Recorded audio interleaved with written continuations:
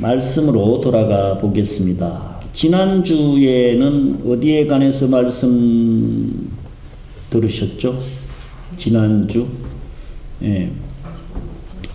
계시록은 몇 장까지 봤나요?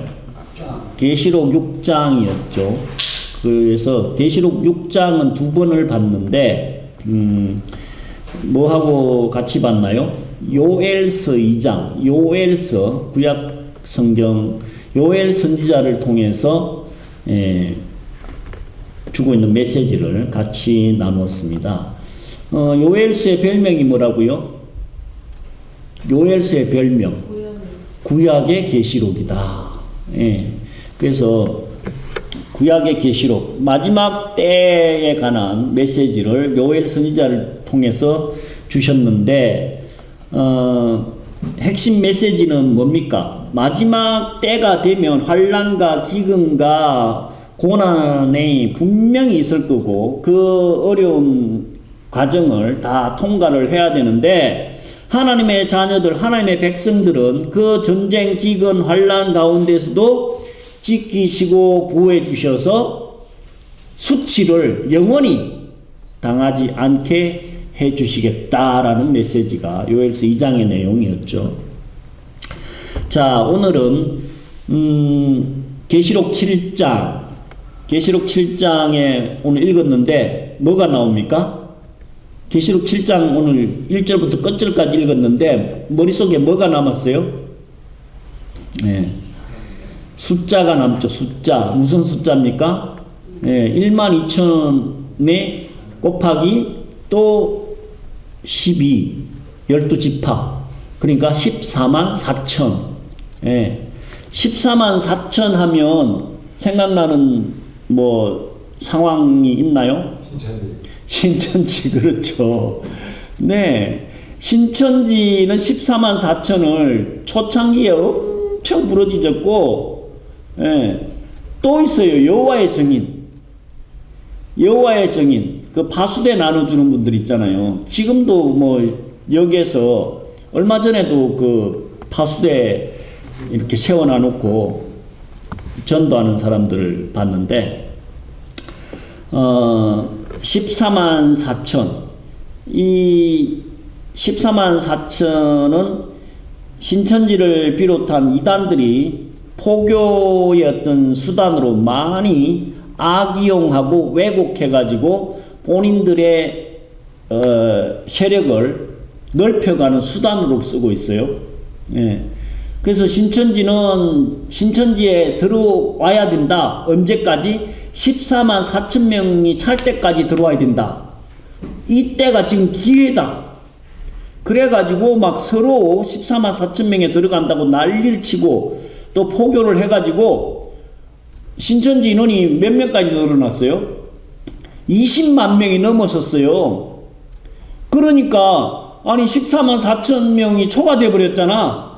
그거 어떻게 됐어요? 아니 144,000명이면 끝난다고 했는데 인원이 초과되니까 그때는 누가 진짜 성도인지 모른다. 그래서 헌금 많이 하고 전도 많이 하고 포교를 많이 하는 사람이 그 하나님의 기준에서 144,000명 안에 들어가야 된다. 그래가지고 다시 또 그냥 이 144,000을 서로 경쟁을 시켜가지고 그 속에 들어가야 된다라고 또 악용을 한 거예요. 그러니 144,000명 안에 들어가야 천국 가고 영생 복을 얻는다고 참 어이가 없어요. 한꺼번에 다 그 이단에 빠지면 그 벌을 누구랑 같이 받는다고요? 교주하고 똑같이 받는다 그랬어요. 그러니 이만이나 그 리더 집단들은 엄청 누리고 그냥 이 땅에서 온갖 부귀영화를 누리지만 그 밑에 쫄개들 보세요. 신천지 못 먹고 못 입고 그냥 직장도 다 때려치우고 거기 쫓아다니느라고 정신이 없어요. 근데 나중에 지옥 가가지고 같이 벌 받으면 얼마나 억울하겠냐고. 어이가 없는 거예요. 그런데도 아무리 이야기해도 못 알아듣더라고. 그냥 그렇게 사세요. 그러고 이제 말았는데, 자, 14만 4천은 계시록에 2장에 나옵니다. 몇 장에 나올까요? 하나님께서 장절을 구분할 때도 지혜를 줘가지고 7장은 오늘 봤기 때문에 나오고, 또 어디에 나올까요? 14만 4천 몇 장에 나올까요? 몇 장? 14만이잖아. 14장에 나오죠. 그 정도 센스는 있어야지. 네. 14만 4천 명은 7장에도 나오지만은 14장에 또 기록이 되어 있어가지고 또 나옵니다. 그래서 계시록 7장 1절에 보면, 이 일 후에 내가 내 천사가 땅 네 모퉁이에 선 것을 보니 땅의 사방에 바람을 붙잡아 바람으로 하여금 땅에나 바다에나 각종 나무에 불지 못하게 하더라.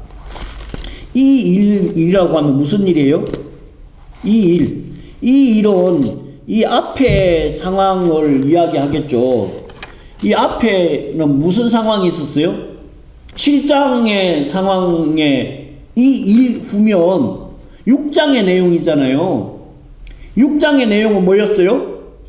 계시록 6장 인재앙이잖아요.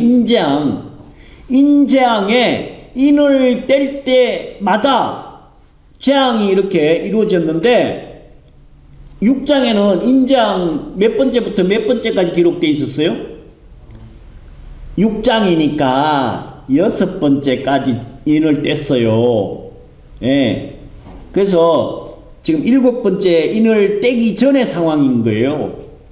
그래서 이 일이라고 하면 6장에 6번째의 인까지 떼니까 6번째 재앙이 계속 반복이 되잖아요. 그래서 7장이 시작되는 거예요. 이 일 후에 보니 내 천사가 내 땅 모퉁이에 선 것을 보니 땅의 사방에 바람을 붙잡아 바람으로 하여금 땅에나 바다에나 각종 나무에 불지 못하게 했다. 여기서 바람이라고 하면 내 천사가 내 모퉁이의 기둥을 붙잡고 있는 거예요. 그래서 이 바람을 땅이나 바다에나 나무에 불지 못하게 했다. 이 의미는 뭘까요? 지금 이 재앙이 계속돼 버리면 누구까지 죽어버리냐 하면 이스라엘 민족까지 다 죽어버리는 거예요. 재앙에. 그래서 천사가 일단은 그 바람, 6번째 인까지 지금 떼고 나니까 어마어마한 재앙이 이루어지잖아요. 그래서 지금 7장에서는 이스라엘 민족들을 구원하기 위한 천사가 파견된 내용이에요. 그래서 7장에 2절에 보면, 또 보면 다른 천사가 살아계신 하나님의 인을 가지고 해 돋는 데로부터 올라와서 땅과 바다를 해롭게 할 권세를 받은 네 천사를 향하여 큰 소리로 외쳐 이르되, 우리가 우리 하나님의 종들의 이마에 인치기까지 땅에나 바다나 나무들을 해하지 말라 하더라. 네.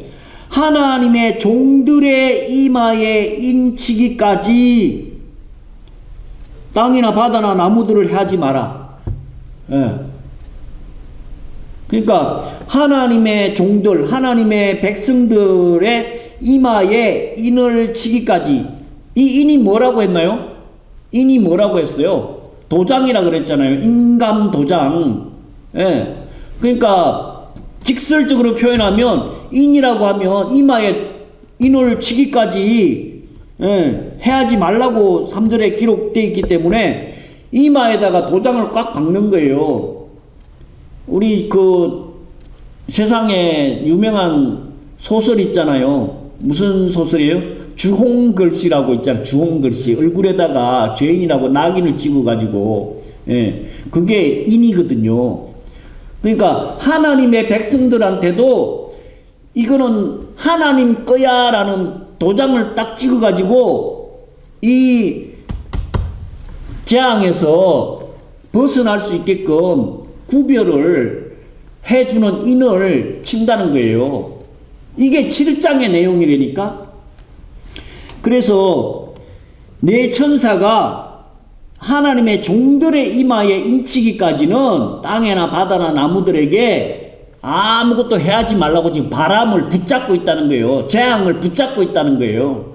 기회를 주고 있다는 거예요. 누구에게 기회를 주느냐 하면 4절에 보니까 내가 인침을 받은 자의 수를 들으니 이스라엘 자손의 각 지파 중에서 인침을 받은 자들이 몇 명? 14만 4천이더라. 그 누구라고 돼 있어요? 여기서 14만 4천을 해석이 분분해요. 이게 누구냐? 여기서 분명하게 4절에는 이스라엘 자손의 각 지파 중에서 인침을 받은 자의 숫자가 14만 4천이잖아요. 근데 이 이스라엘 자손을 지금 대부분의 목사들은 뭐라고 해석을 하느냐면 영적인 이스라엘이다 이렇게 이야기해요. 하나님의 백성들이다 라고 얘기를 해요. 근데 지금 9절에 보면은요, 9절에 보면 지금 5절부터 8절까지는 이스라엘 각 지파별로 1만 2천 명씩 다 지파별로 인침을 받은 숫자를 기록하고 있잖아요. 그 다음에 9절에는 뭐라고 기록하고 있어요? 이 일 후에, 이 일 후라고 하면 또 뭐라고요? 앞에 내용이라고 했잖아요.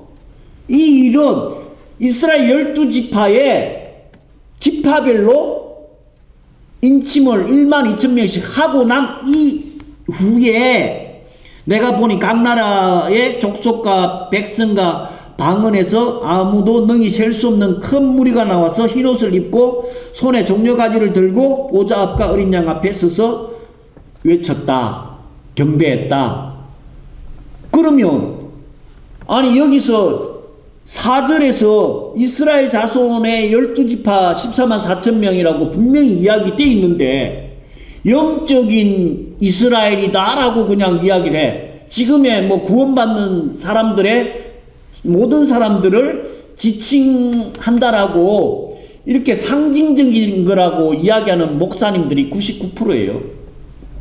근데 그러면 굳이 9절에 많은 무리를 기록해 놓을 필요가 있나요 없나요? 없잖아요. 그럼 두 번씩이나 뭐 반복할 이유가 뭐가 있어? 그리고 각 지파별로 1만 2천씩 다 기록을 해놨는데 뭐하러 9절에 또 많은 백성과 족속과 방언 셀 수 없는 큰 무리 흰옷 입고 종려나무 가지 흔드는 이 무리를 뭐하러 또 기록을 하냐고. 그러니까 여기서는 하나님께서 이스라엘 민족을 구원하려고 천사를 통해 가지고 바람을 일단 멈춰 가지고 잡고 있다라고 해석을 해야 맞는 거예요. 그렇지 않아요? 그냥 상식적인 수준에서 읽어봐도. 계시록은 모르니까 그냥 요즘 제가 유튜브에서 계속 계시록 강의하는 분들 설교를 듣고 있는데 과간이 아니에요. 지 맘대로 그냥 해석을 해. 정말 어이가 없어. 신천지 이만희 같이 그냥 해. 예. 진짜 여기 계신 분들은 정말 행운인 줄 알아야 돼요. 제대로 이렇게 알려주는 목사가 몇 명 없어. 예. 이스라엘 민족은 아직도 예수님을 구주로 안 믿는다니까요. 근데 그들은 선민이잖아. 이대로 가버리면 6개 인을 계속 그 재앙을 계속 반복하고 인재앙 다음에 무슨 재앙이에요? 나팔재앙이잖아. 그 다음 세 번째 재앙은 뭐라고요? 대접재앙. 이 재앙이 계속돼 버리면은 예수님을 믿기도 전에 이 재앙이 계속돼 버리면은 하나님께서 아브라함을 선택해 가지고 이스라엘 민족들을 선민이라고 딱 구분을 해놨는데 지금도 이스라엘 민족들은 예수님을 믿는 프로테지가 1% 정도밖에 안 된다니까요. 그러면 어떻게 되겠어? 선민이라고 선택했던 민족이 사라지겠고 구원을 못 받는 상황이 생긴다니까. 그래서 지금 나팔 재앙이 시작이 되기 전에 이스라엘 민족들을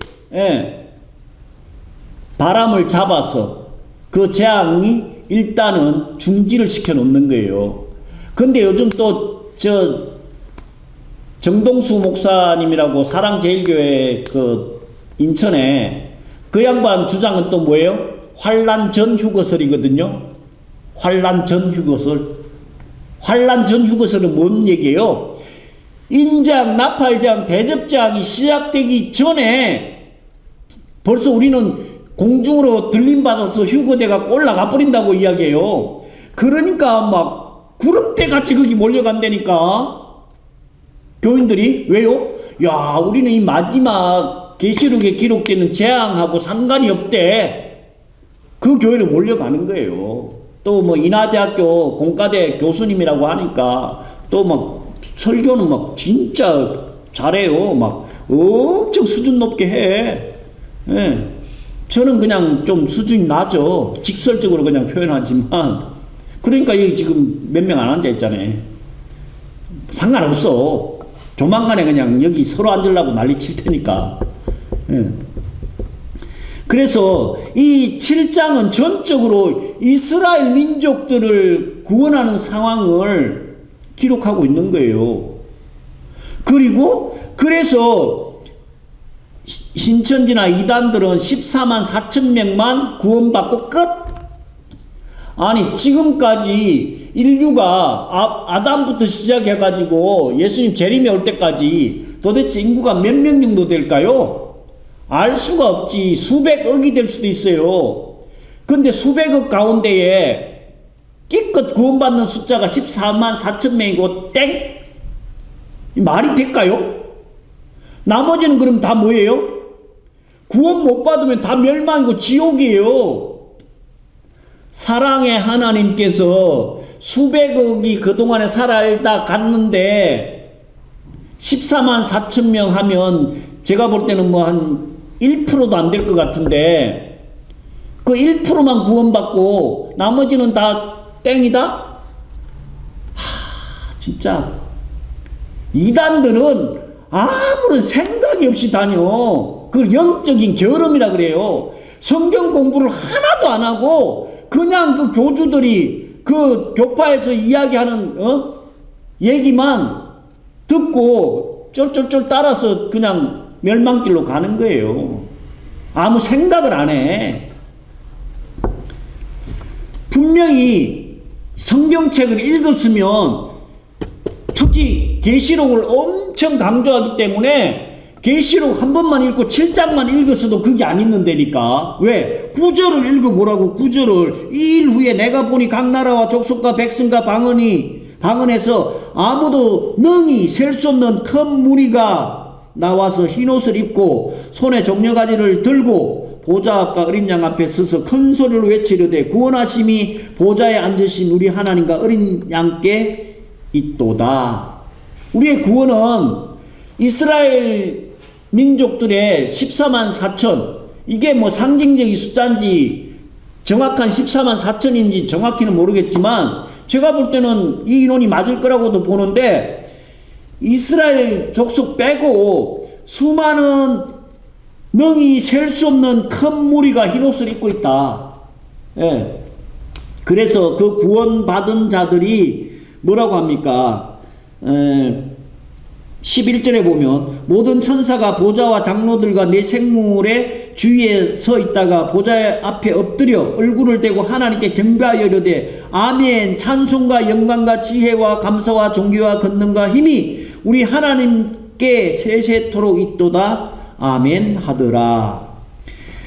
우리 같은 이방 족속들이 구원을 받으니까 그 은혜가 얼마나 감사해서 5장에도 내 생물과 장로들이 하나님께 보좌에 앉으신 하나님께 영광과 찬송을 올려 보내잖아요.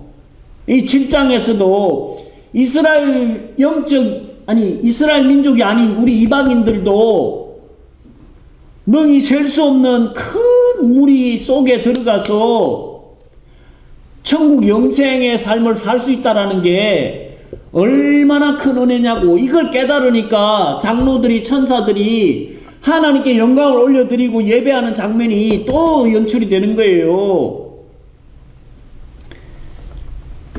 그래서 13절에 보면 장로 중 하나가 응답하여 나에게 이르되 이 흰옷 입은 자들이 또 누구이며 어디에서 왔느냐. 이 장로 중 한 명이 사도 요한한테 물어보는 거예요. 이 흰옷 입은 큰 무리들이 어떻게 왔냐 이 얘기예요. 그러니까 14절에 내가 말하기를 내 주여 당신이 아시나이다 하니 그가 나에게 이르되 이는 큰 환난에서 나오는 자들인데 어린 양의 피에 그 옷을 씻어 희게 하였느니라. 네, 이 흰옷 입은 능히 셀 수 없는 큰 무리는 도대체 어디서 나왔냐 이렇게 질문을 하니까 대답이 14절이라는 거예요. 여기서 놀라운 또 내용이 이는 중간에 보면 큰 환난에서 나오는 자들인데 어린 양의 피에 그 옷을 씻어 희게 하였느니라. 정동수 목사님이 그렇게 똑똑하면 이 계시록 이 14절만 읽어도 환난 전 휴거는 틀렸다는 게 나오는데 그렇지 않아요? 큰 환난에서 나오는 자들인데 어린 양의 피에 그 옷을 씻어 희게 했다. 큰 환난은 뭐가 큰 환난이에요? 7년 대환난. 인재앙, 나팔재앙, 대접재앙을 통과한, 아니면 그동안에 예수 믿느라고 많은 핍박과 어려움, 순교당한 그 하나님의 백성들, 그 고난을, 환난을 다 겪은 사람들이잖아요. 그러면 환난 전 휴거설이 틀렸잖아. 하나님의 백성들은 환난을 다 통과해야 된다니까. 고난을 통과해야 된다니까. 그걸 제대로 통과 못하면 흰옷을 입을 수가 없어요. 그 통과하는 자체가 뭐냐면은 환난을 경험한다는 얘기예요. 그래서 하나님의 그 인치심을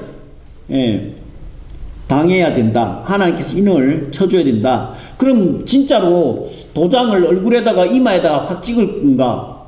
여기 인쳤다는 얘기가 뭘 얘기하느냐 하면요, 고린도 후서 1장 22절에 보면 인치시고 그 보증으로 성령을 우리에게 주셨다라고 말씀하고 있고요.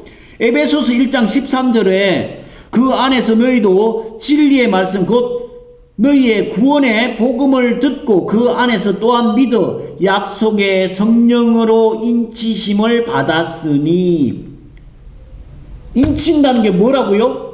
성령 받은 거, 예수님 믿고. 에베소서 1장 13절에 정확하게 인치는 내용이 기록이 딱 되어 있다니까. 여러분들 인침을 받았나요? 못 받았나요? 다 받은 거예요. 여기 에베소서 1장 13절 나중에 한번 읽어보세요. 다시 한번 읽어봐 드릴게요. 그 안에서 너희도 진리의 말씀 곧 너희의 구원의 복음을 듣고 그 안에서 또한 믿어. 구원의 복음을 듣고 그 안에서 그 복음을 믿어서 약속의 성령으로 인치심을 받았다. 그러니까 구원의 복음을 듣고, 구원의 복음은 뭐예요? 우리의 죄 문제, 예수님께서 십자가상에서 다 해결해 주셨고 천지 만물을 창조하신 분이 그분이시고 우리를 영원한 나라로 인도해 주실 분, 그게 복음의 내용이잖아요. 그 복음을 듣고 믿는 사람들은 하나님의 성령으로 인침을 받았다라고 하는 거예요. 이미 여러분들은 인침을 받은 거예요. 그 구원의 확신을 갖고 살아야 되는 거예요. 그래서 그 인침을 받은 사람들이 예수 그리스도의 어린 양의 보혈의 피에 씻어서 우리가 의롭게 되고 정결케 됐다는 거예요. 그래서 그 셀 수 없는 큰 흰옷 입은 무리 속에 우리는 포함되어 있어요. 이스라엘 민족은 아니기 때문에. 그 15절, 그러므로 그들이 하나님의 보좌 앞에 있고 또 그의 성전에서 밤낮 하나님을 섬김에 보좌에 앉으신 이가 그들 위에 장막을 치시리니, 장막은 성막을 얘기하는 거예요. 예배 장소. 그들이 다시는 줄이지도 아니하며 목마르지도 아니하고 해나 아무 뜨거운 기운에 상하지도 아니하리니, 이는 보좌 가운데 계신 어린 양이 그들의 목자가 되사 생명수 샘으로 인도하시고 하나님께서 그들의 눈에서 모든 눈물을 씻어 주실 것임이라. 아멘. 이 소망으로 사는 거예요. 예수님 왜 믿어요? 이 땅에서 잘 먹고 잘 사는 거, 그건 보너스라니까요. 하나님의 자녀가 됐기 때문에 하나님께서 지키시고 보호하시고 함께 하시는 거고, 우리의 영원한 소망은 생명수 강가에서 어린 양 예수 그리스도께서 목자가 되사 우리를 생명수 샘으로 인도해서 하나님께서는 우리의 눈에서 모든 눈물을 씻어 주실 것이다. 네. 우리 윤인구 집사님 교회만 오면 맨날 막 울면서 기도하는데, 네, 여기서는 울어도 상관없어. 천국 가면 울 일이 없어. 울 일이. 맨날 웃을 일만 있어. 네, 기쁘고 즐거운 일만 있어. 그 나라를 소망하지 않아요? 네. 평생 이렇게 어렵게 힘들게 살아왔는데 죽어서 또 지옥 가가지고는, 예? 영원히 또 고통 속에 살면 그 인생 얼마나 고통스럽겠어. 부자로 좀 살면서 이 땅에서라도 잘 먹고 잘 살다가 기면 그나마 지옥 가도 조금 위로가 되겠지만, 이 땅에서도 찌질꿍상으로 살다가 하나님 안 믿고 지옥 가버렸다. 아휴, 그 영혼은 완전히 진짜 저주받은 영혼이고요. 이 땅에서는 좀 어렵고 힘들게 살았지만, 어렵고 힘들면 죄 안 지죠. 죄 안 지어. 예, 죄 지을 일이 없어. 그래서 천국 영생의 소망, 우리의 눈물과 고통, 슬픔 다 씻어주시고 생명수 샘으로 인도해서 예수님이 우리의 목자가 돼서, 예, 영원한 천국에서 하나님께 영광 돌리며 사는 존재가 된다는 거예요. 예. 예수님의 구원 계획은, 그 심판 계획은 느리는 듯 하지만 착오 없이 진행되고 있어요. 지금도. 그래서 우리는 이스라엘 12지파의 14만 4천에는 못 들어갈지 몰라도 흰 옷 입은 능히 셀 수 없는 큰 무리 속에는 꼭 들어가야 됩니다. 꼭.